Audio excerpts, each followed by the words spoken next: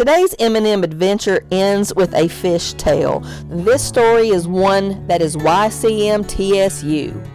You can't make this stuff up. Our family enjoys vacationing at the beach, and this year was no exception.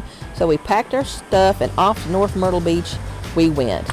And we also decided this year that instead of my husband making a solo fishing trip, as he had done many times in the past because the children were little, that we'd all just go on a family trip together.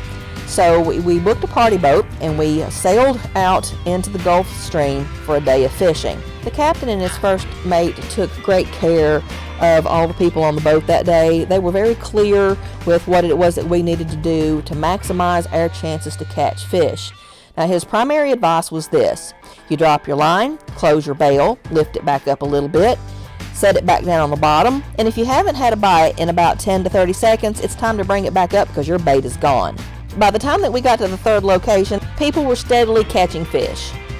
That's where the YCMTSU part starts to come in. I pull my rod back to set the hook, and I start to try to reel my fish in. I get a bite. It's obviously something big, and so I reeled until my arms were tired.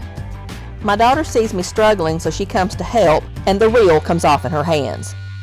The captain gets the reel back on the rod and figures out we're tangled with some people on the other side of the boat. That's some goodie. We get untangled, and it's back to trying to reel that big fish in. By this time, my husband and son come over to offer their support, and we finally managed to get the fish to the top of the water and into the boat itself. The fish was identified as an amberjack weighing somewhere around 30 pounds. This is the biggest fish that I have ever caught in my life, and it was just such a fun experience. I can tell you one thing, that amberjack and the rest of our catch are going to look really good on our grill. Thanks for sharing my fish tale with me, and we'll see you next time on another M&M adventure.